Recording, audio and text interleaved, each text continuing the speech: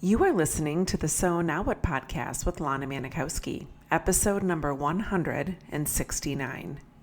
So now what?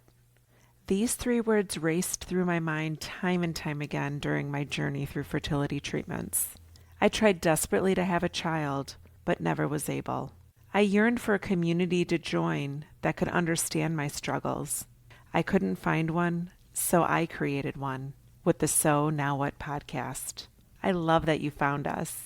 I am so pleased to have, I call her the Jody Day, because in my opinion, there is nobody else who could have the name Jody or the last name Day and be a replica of the amazing impact that Jody has made on the childless community and the voice that she has given to so many of us. And to have her on the podcast is really this, I don't even know how to describe, like this light bulb moment, because when I was going through the throes of realizing that my story would be one that ended up without children, she was really the only voice that I could find, and the voice that really meant something to me as somebody who was honest and bold, and also talked about the challenges and the fact that life isn't always going to be rosy without children. So without further ado, I would love to welcome the Jody Day on the So Now What podcast. And if you can just start off and tell us a little bit about you, Jody. Well, hello, I am the Jody Day. I am very pleased to be here and very touched by your intro, and to realize, it's strange when you're a writer and you just sit there and you bash things out, and then you hear the impact, that your words and your work has had on people you never met. And you will be hearing a lot of that in the years to come with your book. And it's always lovely to hear, because writing it's a bit of a strange and lonely life, and hell, we don't do it for the money. so it was, I put everything I knew at that time about childlessness into my book, and I'm so glad it helped, and it's still out there helping. Yeah, so it's a real pleasure to be here today. It's a sunny early evening here in rural Ireland, and it's just lovely to be with you and your guests. Yes, thank you. Well, I'd love for you to tell me what even brought the forefront of having this conversation to you. Like what about being childless or your journey made you want to start talking about it? Ah, gosh, I'll just dip into the Wayback Machine, go way back 20 years. When I was 40, soon to turn 41, was still hopeful that I could possibly still become a mum. I was the walking wounded after my divorce. I'd been with my first husband for 16 years, so kind of all of my 20s, all of my 30s. I knew nothing about fertility, and I knew nothing about infertility, except I had unexplained infertility. And our marriage had broken down just at the point when we were kind of considering infertility treatments. So I didn't know anything, and maybe it's going to sound a bit shocking to those in their 40s and 50s, because the conversation has changed so much, but I didn't even know that my eggs aged. I knew nothing. I mean, and I was smart. And I just thought, well, if I get to that point, there's always IVF. It was my silver bullet backup, because it always works, because that's all I ever heard and all I ever saw were miracle babies. But I didn't know they were miracle babies. I thought that's what you got if you did IVF. But I think had at that time it been possible to meet or hear about or even know of the existence of women who had come through wanting to have a child and it hadn't worked out, and come out the other side and built a different kind of life to myself, that could have been really transformative at the time. Although I know that, if I look back to 40-year-old Jody and imagine her meeting me now, she didn't want to be me. She was still absolutely hell-bent on becoming a mother. And the idea that it might be possible to be happy without children would have actually been quite a blasphemous thought, because there was a lot of magical thinking, that you're not allowed to think anything other than this is definitely going to happen. I'm definitely going to be a mum. And it'd been, a good decade of that thinking process by that time. So I started talking about it when I was probably 44 and a half was when I realized it definitely wasn't going to happen for me. Pretty late. But even me, with my, very uneducated understanding of IVF, knew that was too late. I didn't know anything about donor eggs. I was on my own again, but I wouldn't have been able to afford it or to bring up a child by myself. So, it wouldn't have been an option. But that was the moment when I started talking not about wanting to be a mum, but, oh my God, it hasn't happened for me. And what I discovered is that nobody would listen. Absolutely nobody would listen. All I would get would be the bingos. Oh, you're so young, don't give up, blah, blah, blah. We all know what they are. So it began really, because I'm a writer by nature, arose out of an intense frustration of not being able to have a conversation about how I was feeling without being shut down. So it arose, I suppose, just out of a desire to be heard. But I really didn't expect so many people to hear me, you know? Yeah. Well, I'm glad that that did happen for you. Selfish, I don't even want to say selfishly, because I think you do it from a place of love, and I think from a place of nurturing that Mm. I don't see many people speak from the heart that you have. And I want to acknowledge how appreciative I am, and I know so many are. But you just said something, I jotted it down, and you said that she didn't want to be me. Yeah. And that was really a profound thing to hear. And so I'm curious, what were the transformative moments or people or realizations that shifted that perspective of Mm. saying, I didn't want to be that person, but now I want to be who I am, or I'm leaning into Mm. who I am? Absolutely. There's one word there, it's called grief. Mm. In 2011, I was in the second year of my training to become a psychotherapist. And we were doing some training on working with bereaved clients. And as I was studying this model, I was thinking, this feels very familiar. And I went home that evening from my college and I mapped out the grief model that I was learning, which was the 5 stages of grief model. There are many grief models, and that's one. And I mapped it against my experience of childlessness. And I was like, oh my God, I'm grieving. I'm Mhm. grieving.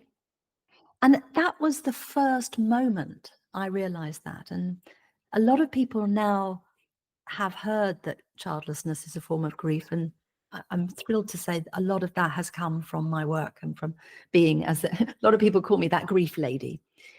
And grief the grief of childlessness is a disenfranchised grief. So it's a grief that is not socially acceptable, allowed. You're not allowed to talk about it. You're not allowed to experience it. You're not allowed to seek support for it. So it's very kind, and there are other forms of disenfranchised grief, but this is ours.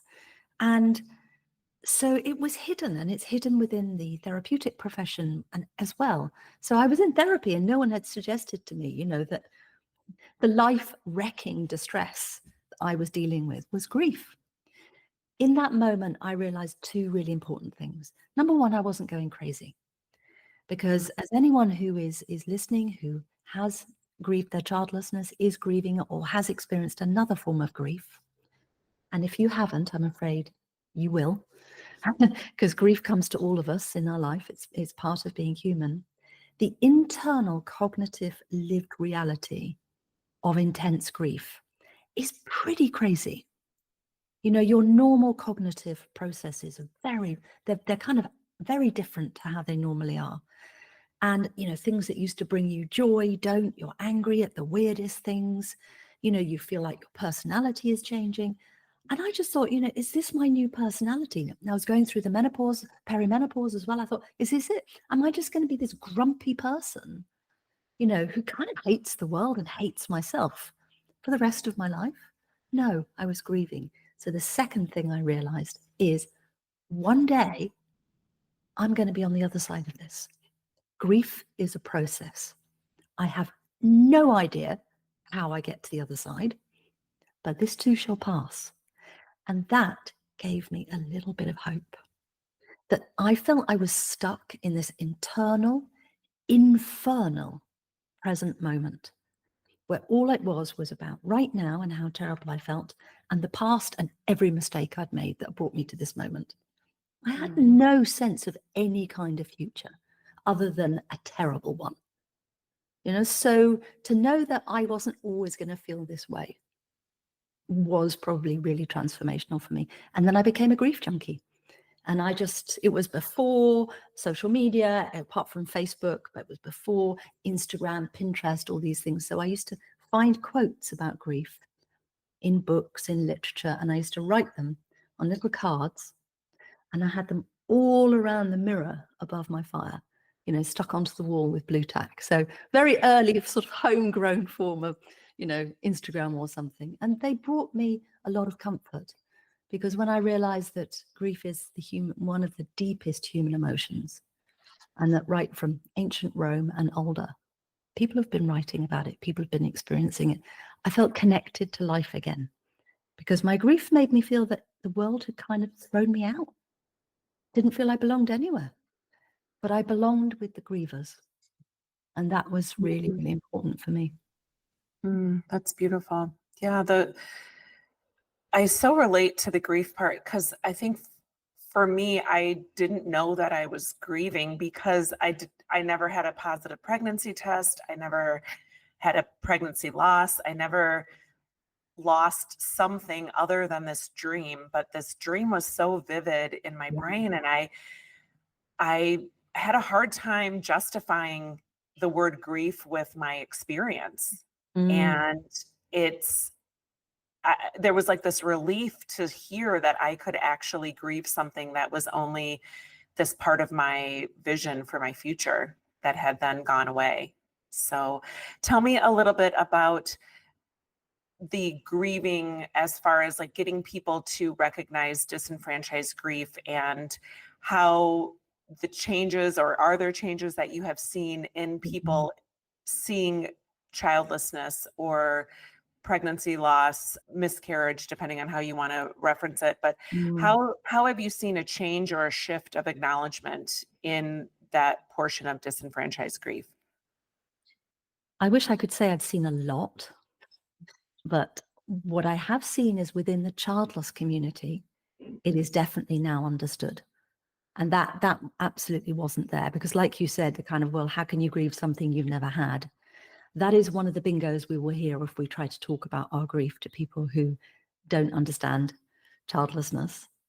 Within the medical world around miscarriage, there has been a little bit more awareness now around miscarriage and baby loss, that it is a form of grief.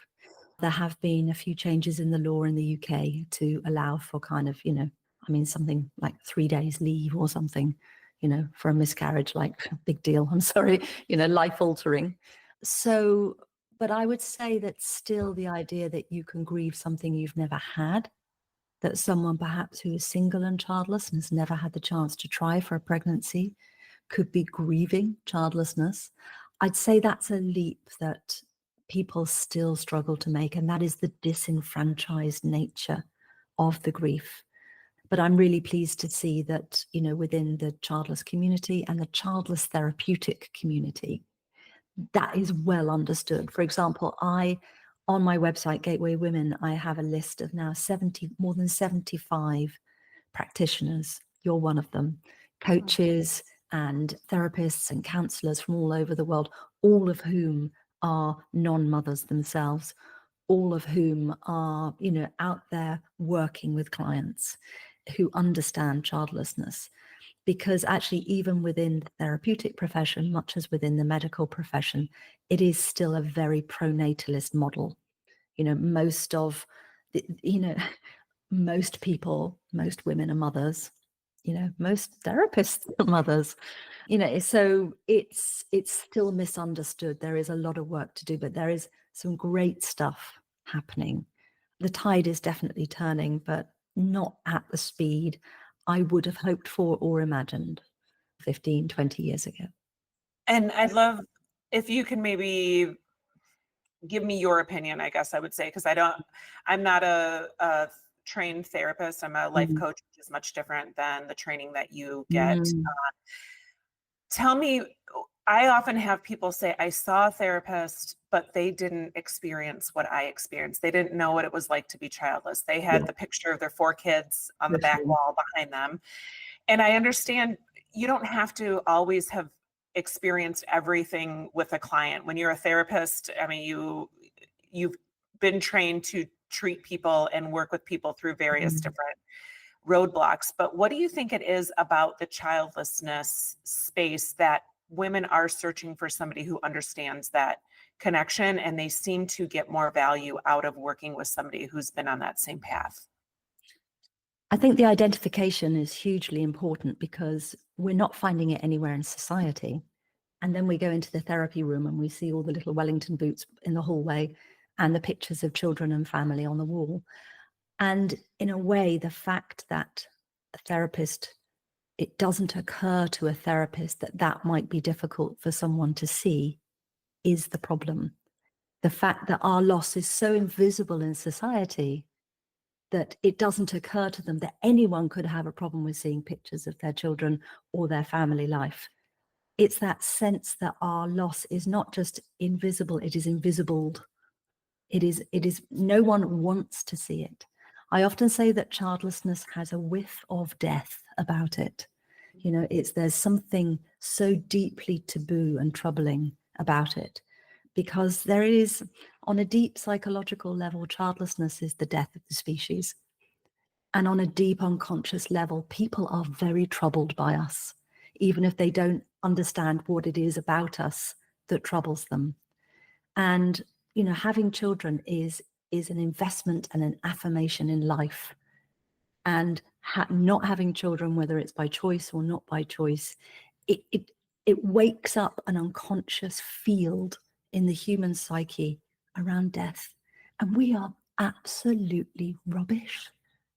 We are grief phobic and death phobic in our culture. We can't bear or tolerate endings, you know, and it is a great loss to our civilization that we can't because we're not in touch with the cyclical nature of life, which includes death and transformation and composting and germination and new growth. Because we live in this Western paradigm, which is linear and always going upwards, always going to a great result. You know, death is like the ultimate sort of, you know, bum move.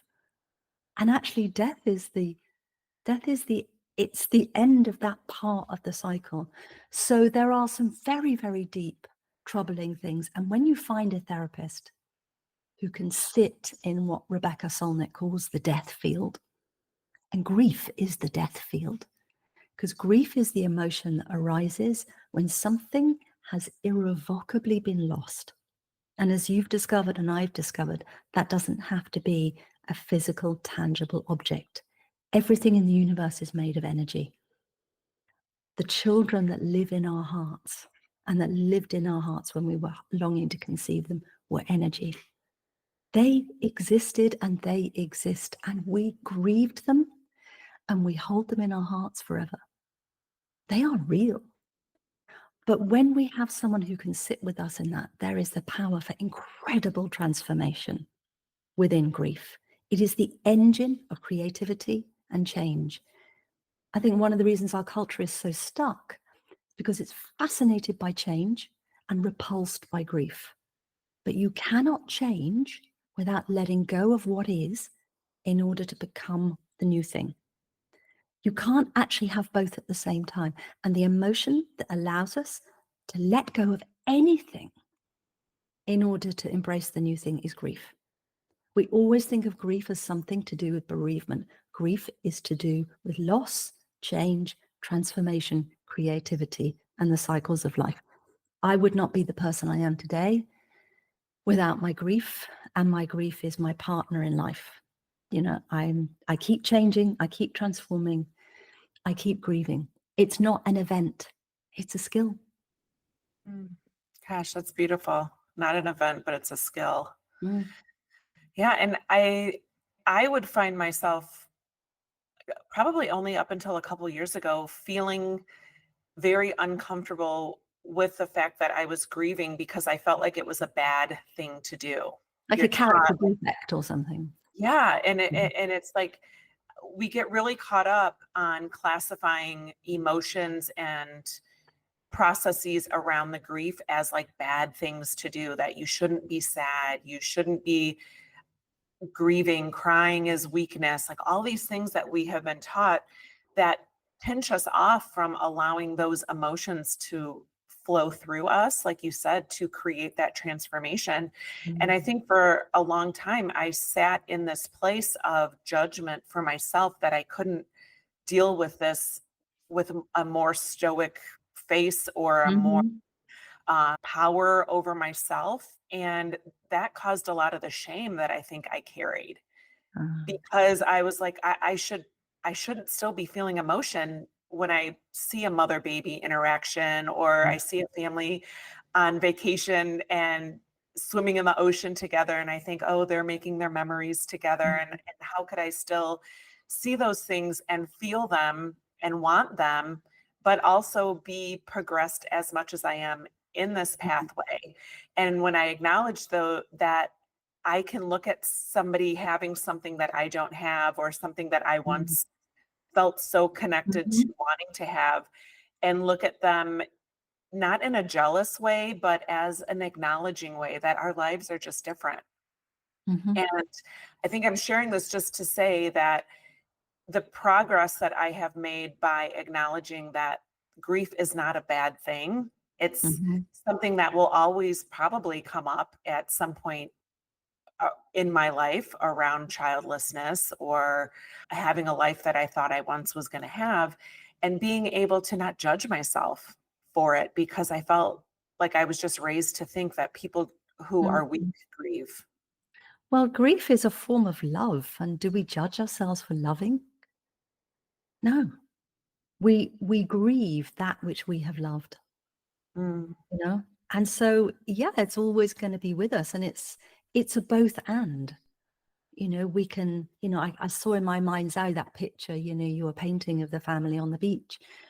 And we can feel the pang of loss in our heart at the same time as we can feel excited about what's going on in our life, and we can feel happy for that person and our fantasy of what's going on for them that day, which may or may not be true. It's unlikely to be the full story.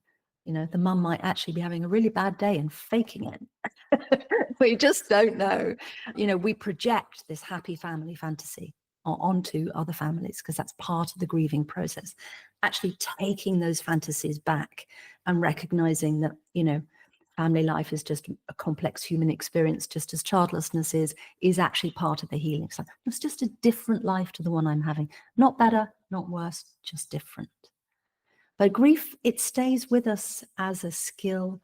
I often notice it in myself, strange enough, in my body, usually before my mind has caught up with what's going on. There'll be a few days when I just notice I'm a bit grumpier than normal. I'm not a very grumpy person, but I just, I'm feeling a bit like I'm sort of dragging my feet a bit, sighing a lot. There's a kind of heaviness in my sort of chest area. And after a couple of days, I'll go, this feels like grief. And I'll just check in with myself. Okay, what is it that's left that we're working with here? And as soon as I check in with my psyche, I'll go, that dream, that idea, that thing, that blah, blah, it's gone. We're not going to be doing that. And it can be something. Now I can pick it up when it's something quite small, and it's like, okay, right. Yeah, I need to make some space for that. I need to acknowledge with a more conscious part of my psyche that this is leaving, and allow that to flow through. And something I want to share with you, which is for anyone who is having what I call a griefy moment. And I developed this for myself, but I later found out it's also a Buddhist technique. And that is when you're having the griefy moment, whatever it might be, there is a tendency in the body to hunch over it, to sort of protect ourselves from it, to withdraw our heart, to kind of protect our heart. And what I do is you push your shoulders right back, literally open the heart area, breathe the pain in, breathe it into your heart. And as you do, imagine it passing through your heart, healing your heart, and then really importantly, passing out the back of your heart on your back and rejoining the universe. And you're basically, and as I do that, I say, thank you, grief, for healing another piece of my heart. And I breathe it through, and it is spooky how quick it can be. You can go from being really, really, really struggling to kind of quite together in under 2 minutes. Wow. And it's a way of acknowledging your compassion, but also acknowledging what grief is. It's actually healing. We see grief, our culture sees grief as a problem, as a pathology, as a weakness, as an inconvenience. It is the power of healing. And when we let it do its work, when we let it flow through us, man, it's quick and effective. I think so much of our struggle with grief comes from us resisting it and pathologizing it and avoiding it and worrying, rather than actually having rituals in our society to allow us to mourn. Where is the space for mourning? Thank you. Yeah, I followed along as you were talking through that, and I felt that feeling of, the breathing in and a connection almost in my chest Yeah. of like I Ordinary. felt there was just something very magic about that. So thank you for Yeah. sharing that. And repeat what you call that process. I don't. But there is a name for the Buddhist thing, but I just think kind of, for me, it's just if I'm having a griefy moment, I feed it through my heart. I acknowledge the grief. And I was actually recently studying with Joanna Macy's work, the work that reconnects, and she's a Buddhist. She's 97 now, and she was teaching this meditation. I thought, hang on a minute, I know that meditation. That's, and I think it's called feeling the pain of the world in Buddhism or something like that. Yeah. So yeah, I think working with grief is very different to being stuck in grief. And it can be, when you actually learn how to work with your grief, it can be quite freaky sometimes how fast you can move through it. And actually, something that was quite hard for me was actually coming out of my grief, because I had become so identified with my broken heart, with Jody, that woman, she couldn't have kids, it destroyed her life, she never got over it, blah, blah, blah. And suddenly I was starting to feel joy and interest in the world again. And I thought, well, who will I be without this? And does it mean that I didn't really want kids? Maybe I'm a bad person for being able to get through my grief. Maybe and in a way I had to grieve the end of my grieving, because there was an identity loss again, and that had to be let go of. And what was the emotion that enabled me to let go of it? Grief. And then I kind of started to embody I wouldn't say post-grief life, because I don't see it as an event, but I had metabolized my childless grief. It was now a part of me. It was no longer the dominant part of me. It was part of the context of who Jody is. I'm a writer, I'm a daughter, I'm childless, I'm a dog owner, I'm cat staff, I'm lots of things. I'm childless. One thing you just said there, that who will I be without kids? And I found myself early on, after my journey through fertility treatments resulted in no children, feeling almost like I wasn't ready to move forward because I was turning my back on that person who tried so hard. Yeah. There was this part of me that was like, well, if I embrace this life and I'm okay with moving ahead without kids, what does that mean about that woman who tried for 7 years? And have I forgotten her? And there's so much that resonated when you said that, because I feel like there was a lot of stalling in my moving ahead because I felt like I wasn't respecting all that I had done to become a mom. And if I turn that back on you now, how do you relate now to that part of you that worked so hard and tried so Well, I hard? look at her now with admiration and Yeah.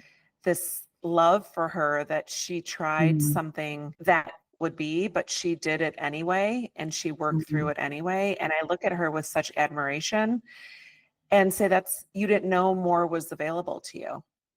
mm. Yeah. I mean, the stories of a life other than motherhood, unchosen, unchosen non-motherhood, are so thin in our culture because that it's not an alternative that gets presented to us as any kind of viable or interesting option. I mean, there's women who choose not to have children, and whilst we're desperate to become mothers, they can feel quite alien and even quite threatening to us. Like, how could you choose, not to be a mum? It took me.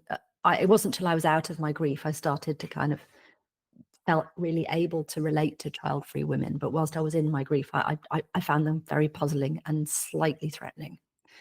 And then the media, and when I say the media, I mean everything from Disney films to fairy stories to the plot lines of novels and films and TV shows. The childless woman is always the cipher for the deviant woman.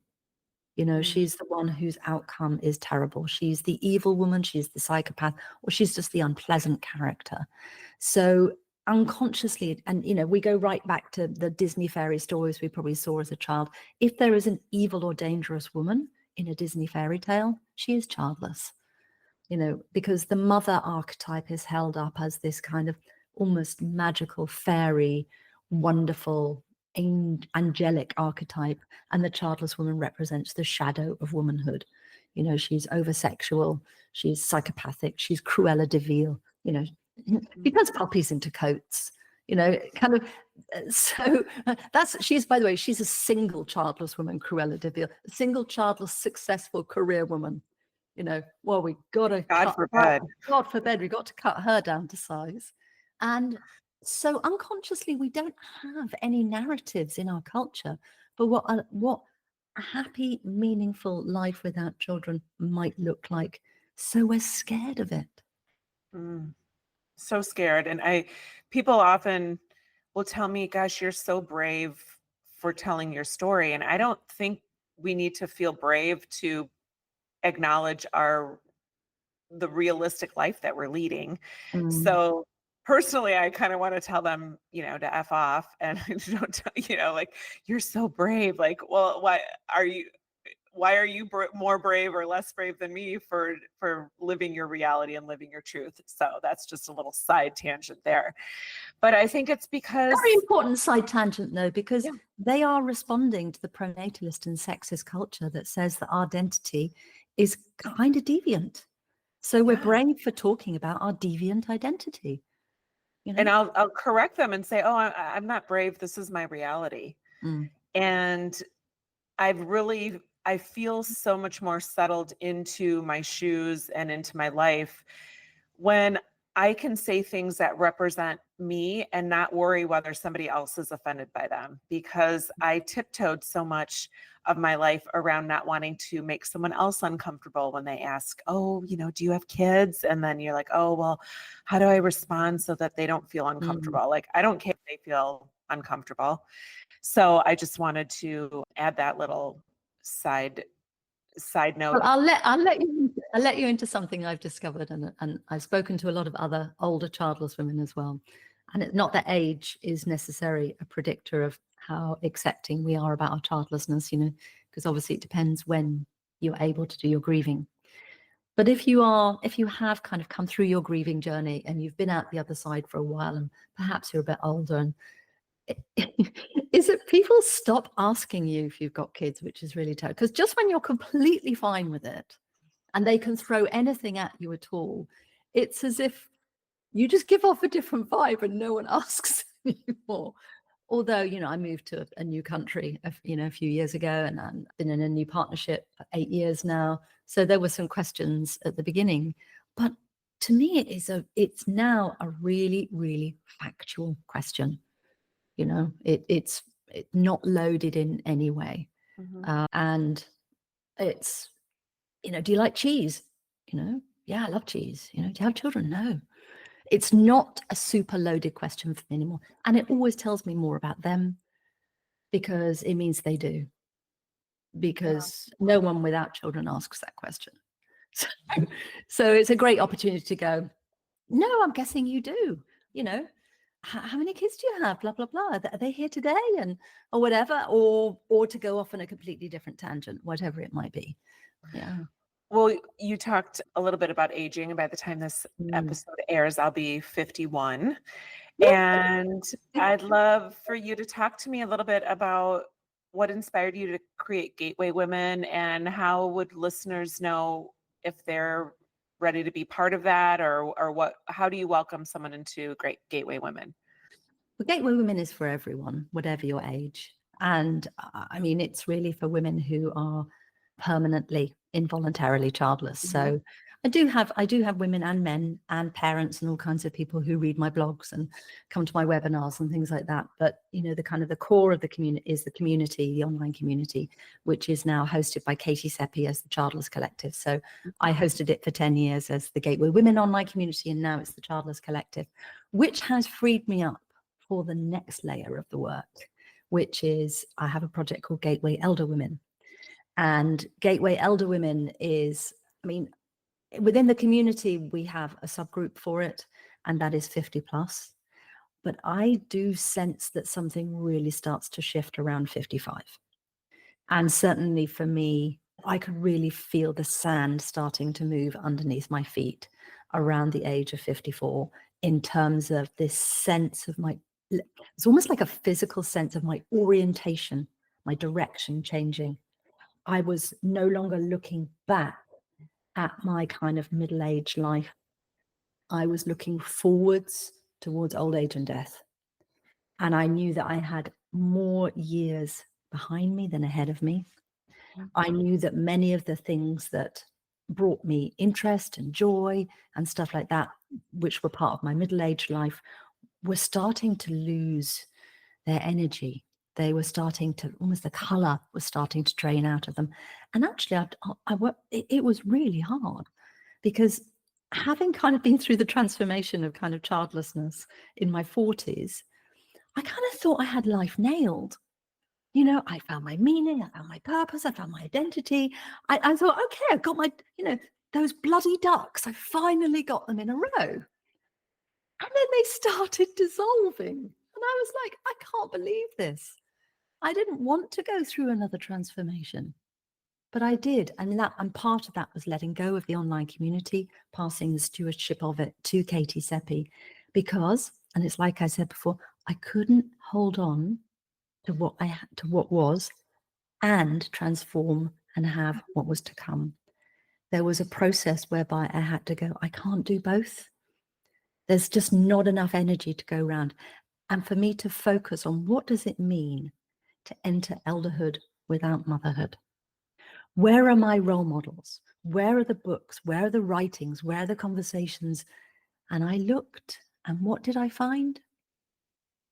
Absolutely nothing. And I was like, I can't believe I'm here again. I can't believe I'm hungry for reference in the culture, for role models and all these things, and there's nothing here. And it took me a few years to kind of twig, because I was looking, hard for it. I read so many books about the aging process for women. A few of them actually hit the wall, which is very unusual for me, because apart from 2 books out of, let's say, 50, every single book was written by, I'm sorry, a white, middle class, married mother and grandmother,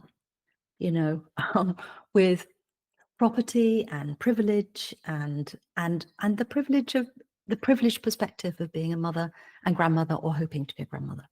Mhm. And I did not see myself in those books, and I was not referenced in those books. Sometimes they occasionally mentioned someone who was child-free by choice, but as usual, the childless not by choice sort of population was completely excluded. And the difference in what it's like to age without children, many of us in our 50s are having or have already had experiences of caregiving for vulnerable family members. And when particularly we start caring for vulnerable elderly family members, and we see what it takes to kind of, at that stage of life, what is needed, what kind of advocates, witness, support, organizers, cheerleaders, everything you need if things get tricky as you get older. And you're like, I mean, I'm going to swear, you're like, fuck, who is going to do this for me? And the answer is, there isn't anyone. Mm-hmm. And at that point, I was like, okay, so that's why this transformation has been going on, because, you know, this is my work. It's like, these are the conversations that no one's having, because if you thought childlessness was an unpopular thing to talk about, you should talk about childlessness, menopause, aging, vulnerability, and death. I am just the best person to sit next to. But the fact is that I don't see these as depressing topics. Mm-hmm. You know, I see them as an opportunity to talk about the really, really important parts of what it is to be human. Who cares for us? How do we find our community? How do we give care and receive care? How do we learn to ask for what we want when we've been brought up as women to be hyper competent, hyper independent, do everything for ourselves, not rely on anyone? And suddenly it's like, I can't even ask my neighbor if they'll give me a lift to an appointment. I can't ask for anything. You know, I'm sort of emotionally crippled in what it is to build community and show vulnerability. So Why do that's what I'm doing now. Well, why do you think people don't ask their neighbor? They're too scared. They're too scared of the vulnerability of that moment, that their neighbor will say no, or their neighbor will be shocked and like, why are you asking me that? Basically rejection, that it could spoil the relationship, that they could be seen as needy. I mean, God forbid. I said, no, you don't. You're not needy. You have needs.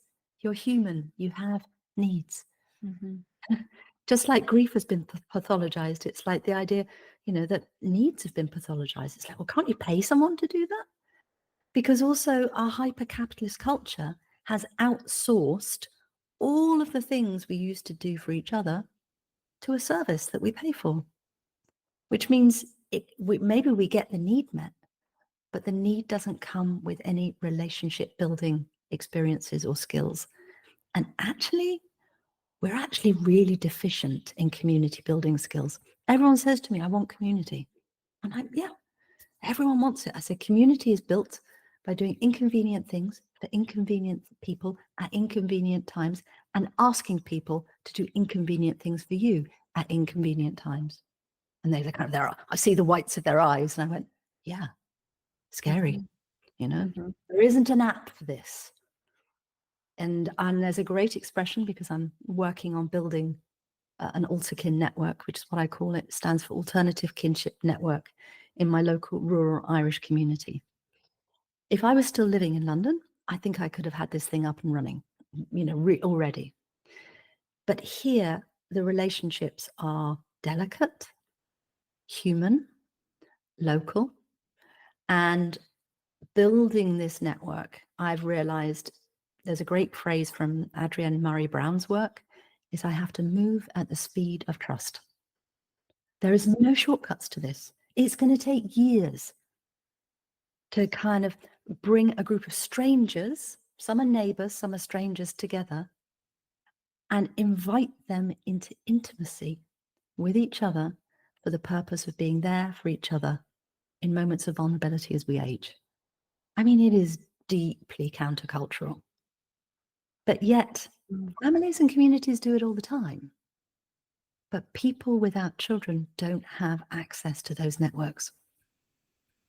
Yeah, that speaks so close to me, because I had a pretty major accident in November and I was immobilized and I couldn't walk. I couldn't get out of bed for some couple months. And, you know, I had to reach out to people because my husband had to go back to work at some point. And I remember having judgment of like, are people going to think that he's not a good husband, that I've got to call them and ask to take me to physical therapy? And I experienced that myself of, oh, are people going to think that I'm expecting them to now be responsible for me? Mm, There was a lot of opportunity, I would say, for me to say, if somebody is a person that and I don't want to say a good person, but like somebody who says, like, call me if you need anything. You get that all the time when you mm, have something going on.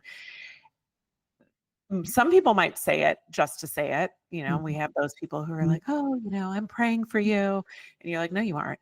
But I really took that as an opportunity to call the people that said, mm, "Call me if you need anything." And I would be like, "Hey, you said I could call you. Is it okay? Could you drop me off at therapy? Could you pick me up from physical mm, therapy? I have a doctor's appointment." And I was just amazed by how many people came out of their woodwork mhm, to help me and dropped off food. And I did a whole podcast episode on it because for me, it was the first time that lens mhm, really went from being the independent and able to do whatever I needed for myself, where it took me, to that fast forward in my life, mm, where when I'm not able to call a child or my parents or whomever's mm, might not be there in my life, it really was like that realization, like, this is what your future might look like. So now is your absolutely. time to practice it. Yeah. And to build the muscle for asking, I think women are generally socialized to be very comfortable giving and not to be so comfortable receiving or asking. I mean, if you come from a family that is a family of askers, makes a huge difference. For example, one of my closest friends here in Ireland, she is really good at asking for what she needs. She's single and childless, and she's got a big circle of friends, and she needs your help for something. She asks, and if you can't do it, she's fine. She asks the next person. It's a genuine need for something, but in that process, she has built loads of relationships. And this is one of the things I explain to people when you ask someone for support and they say yes, people often really like giving that support. So in that action, whatever it is, driving you to physical therapy or going to pick something up for you, there is relationship building happening. So actually the relationship gets closer. So then there's more intimacy there, which means there's kind of more currency in the relationship. So it might be that they then feel emboldened, they feel closer to you, and they might feel able to ask something of you, or you might be able to ask something more of them, in the future. You might be able to go to the next level of request. And it's beautiful because it's how the human species evolved. It's how, for good or ill, we became the dominant species on this planet, not because we can run the fastest, not because we got the biggest claws, but because we know how to cooperate in groups. It's like open source, core basic skill is cooperating and supporting each other. But the culture that we live in and the civilization we've built has a story that tells us that people are selfish, that they're all out for themselves, that they won't help each other, which I think is really also feeding into the narratives of fear as our society starts to move into its collapse stage. Because societies are living systems just like human beings. You know, in a way, society is entering, it's entering its elderhood, its vulnerable years, and it's moving towards its death. Who knows at what point or what that will look like? But there will be something will come after it. I often say, the interesting thing about the word apocalypse is that means everything is revealed. It doesn't mean everything is over. It Mhm. means everything's transformed. But if we think that all of the other human beings that we don't know, all of those others, are selfish and out for themselves and aren't going to take care of us and aren't going to take of each other, that just adds to the fear. But if you look at the work of Rebecca Solnit or many, many other people, and maybe you've had personal experience like yours, is actually when there is a big crisis, when there's a war, when there's a natural disaster, people come together very naturally and start supporting each other.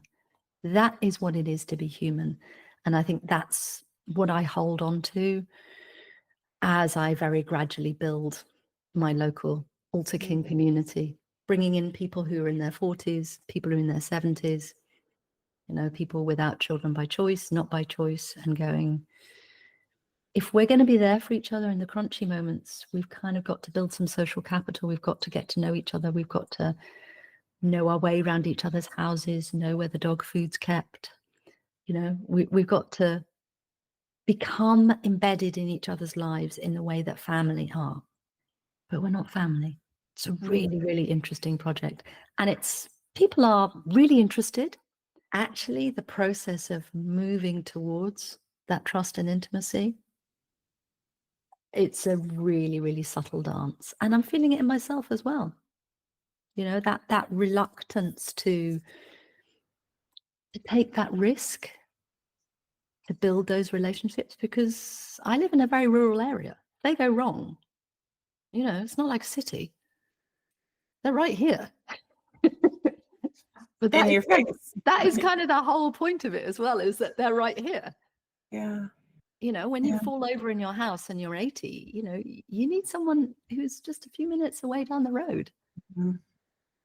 Yeah. Well, I love that you're doing this, because I came to the realization, like I said, you know, through my experience this last year, and I thought I need to figure out how to have that support system for myself, not just in this experience, but as I continue to age. So as we're wrapping up the episode, I'd love for you to maybe give some ideas of how people can find connection and create connection when they don't feel comfortable going out of their comfort zone, so that they can start to build this maybe a little bit earlier for themselves in their own way, if they're not in Ireland or close to you in this movement that you're creating. Well, it's interesting because people say to me, "Oh, Jody, I really want to do what you're doing. I'm really interested in this pilot project. You know, when you're ready," because I mean that my next book will be all about this, but it's a few years away. And I'll say, you know, how do I said, you don't need me to do this. This is what it is to be human. I said, do you know anyone in your building or in your neighborhood who doesn't have children? And they'll be like, yeah. I'll say, just say to them, I'm thinking of bringing together people who are going to be aging without children to create a kind of support network. Would you be interested in having a conversation about that? And that's it. And then when you have that conversation, because you get a very quick yes or no, or a maybe, as in this is too much for me right now, but so you get someone bookmarks it for later. It's like, fine. And then they'll often say, you have the conversation maybe another time, because that might not be the moment. And then they'll say, actually, I know someone. Actually, my friend so-and-so, there's a lady who walks the dogs. And so the next thing is to meet with them and start to bring them together. Maybe something really low, a coffee morning in a public, you know, you have to start as kind of almost as simple as possible. But you don't need permission and you don't need any special skills to do this. You just need to realize that what community is and to do it. And to recognize, you know, there are going to be some gnarly challenges along the way, because it's relationships, it's humans. But I'd say that if you're still kind of grieving your childlessness, probably what you need even more than a community locally to age with is you need other people who are at the similar stage of childless recovery as you are. You know, you can find those in online community, like the Childless Collective one. There are quite a few different online communities where you can find that.